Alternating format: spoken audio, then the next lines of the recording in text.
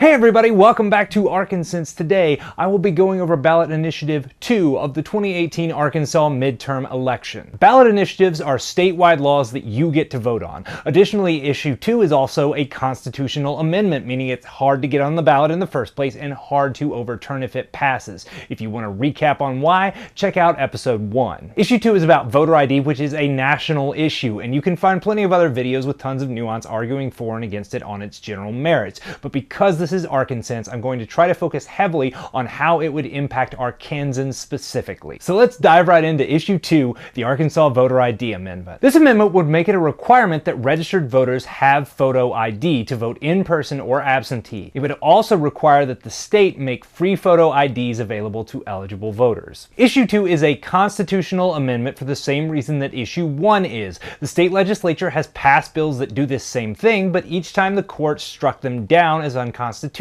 So now the legislature is hoping to amend the Constitution so there's no chance it'll be overturned in the future. One of these laws passed last year and is in the middle of being challenged right now. That's why if you voted in this year's primaries, you either had to show a photo ID or sign a temporary ballot, and then later election officials compared your signature against the one on your voter registration card. That's called a provisional ballot. So if Issue 2 passes, what will count as a photo ID? Well, the amendment itself doesn't say. The legislature would determine that later, but presumably it would be along the same lines as the law they passed in 2017. Under that law, valid photo ID includes a driver's license, a state-issued photo ID card, a concealed carry license, a passport, an employee badge or identification from a state college or university, a U.S. military ID, a public assistance identification card that includes a photograph, or a voter verification card issued by the state. How many Arkansans already have a form of photo ID that would count? Well, there's no official number on that. About the closest we can get is looking at the total number of voting-aged Arkansans who have the most common one,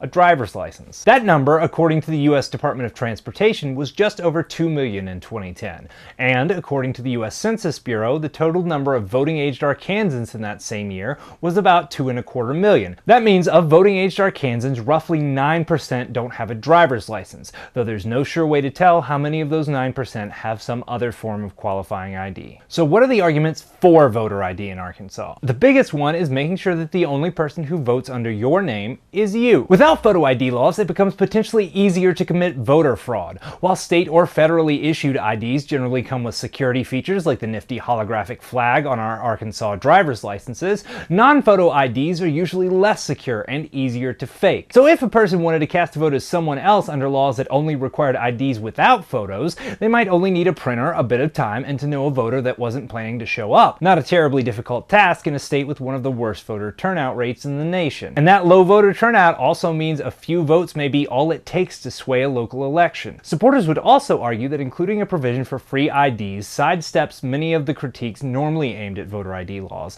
especially the ones about them being a form of poll tax. A poll tax is any fee you're forced to pay in order to vote or to register to vote, and they are against the law. Some history. In 1865, the U.S. ratified the 13th Amendment, making slavery illegal. 5 years later, the 15th Amendment was ratified, making it illegal to keep someone from voting based on their color, race, or because they'd formerly been a slave. But some southern states, including ours, came up with workarounds. They enacted voting requirements, including literacy tests and poll taxes, which didn't explicitly mention race, but were obviously there to hinder the generally poorer and less educated former slaves and their families from voting. Arkansas poll taxes passed in 1891 and 1908 were done so largely to break up a voting coalition of black and poor white Arkansans. In 1964, the 24th Amendment was passed, which outlawed poll taxes for any federal elections. Arkansas still had poll taxes on local elections, but made them illegal later that year. Supporters of Issue 1 say that because the new state-provided ID is free and available to anyone, it does not count as a poll tax. They might also point out that the actual number of people who will need to get the free ID will be relatively small, since such a large percentage of Arkansans already have a driver's license. Finally, supporters might also argue that because this amendment would still allow anyone without a photo ID to cast a provisional ballot,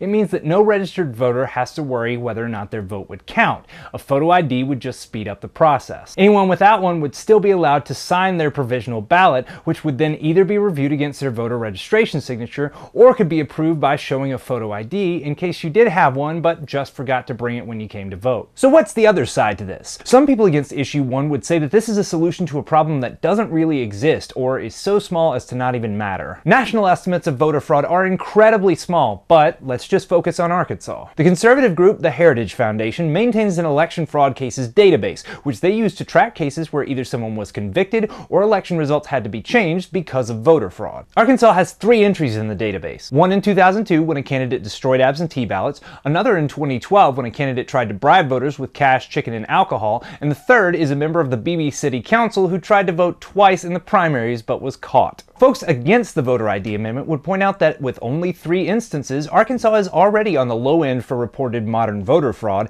and 2 of those 3 wouldn't have been stopped by voter ID. So, according to them, implementing this system would be a waste of effort and money. Taxpayers would foot the bill for new free voter IDs and for the machines that make them. A second argument against issue 1 is disenfranchisement, depriving someone of their right to vote or just making it unreasonably difficult. As I mentioned earlier, Arkansas has a history of disenfranchisement, specifically by way of poll taxes. And while traditional poll taxes may be gone, a big question remains. Is a poll tax just one paid in some official way, or is it any fee between you and voting? While offering free voter IDs definitely cuts one expense, you may still encounter others in your quest to get one. That could include lost revenue from time you might take off work, money for a cab or a bus, or money you pay a friend for gas, since of course if you had a driver's license you wouldn't need this new ID. And in order to get your new ID, it's going to require some existing ID to prove that you're you, and the legislature won't decide till later what exactly the requirements will be. If the requirements are more lenient, like what you need right now to get a verification of voter registration card,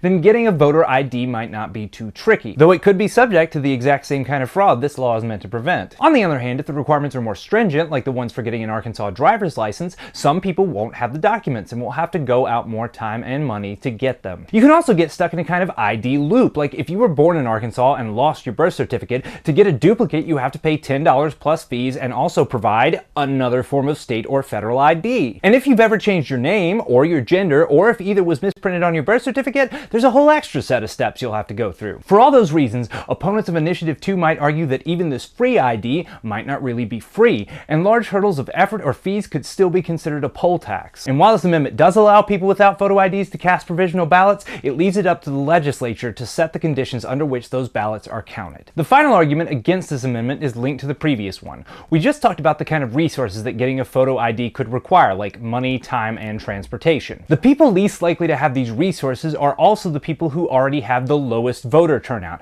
namely poor people, and especially minorities, who are more likely per capita to be poor both nationally and specifically in Arkansas. Those groups are also more likely to vote Democratic, and while that swing isn't as hard in Arkansas as it is nationally, it's still significant. As I've mentioned, there are a number of details that this amendment leaves for the legislature to decide later. The Arkansas legislature is extremely Republican right now, and, at least in this election cycle, that seems unlikely to change. If this amendment passes, the Republican legislature could purposely craft the remaining details we talked about to make it tougher to get IDs for the poor and minorities, knowing that doing so could suppress votes for the opposing party. While this may seem like a pretty big leap, many Republicans have said they think they're more likely to win in states with voter ID laws. Some Republicans say this is because Democrats are more likely to commit voter fraud, but there are also instances of Republicans saying they know it means potentially fewer votes from the poor and minorities. So how should you vote? Well, if you're worried about voter fraud, and you think it's a big enough worry that it's okay to risk disenfranchising some voters to fight it,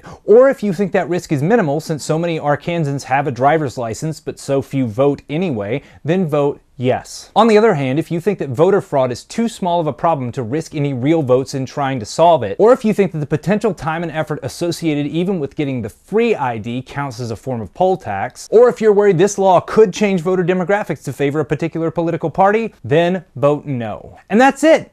Voter ID is a topic of national debate, so there are plenty of other great resources out there if you want to find out more. And if you want to make sure these videos keep coming, please support ArkanSense on Patreon. Patreon is like Netflix or Hulu, but for artists. Each month you pay a specific amount to support me continuing to make content. The exact amount is up to you, and bigger rewards get bigger perks. Speaking of perks, I'd like to thank our 2 Wampus Cat level sponsors, Jason Bathan and W. Don Hughes. If you want to support the show, check out the link in the description, and thanks for watching.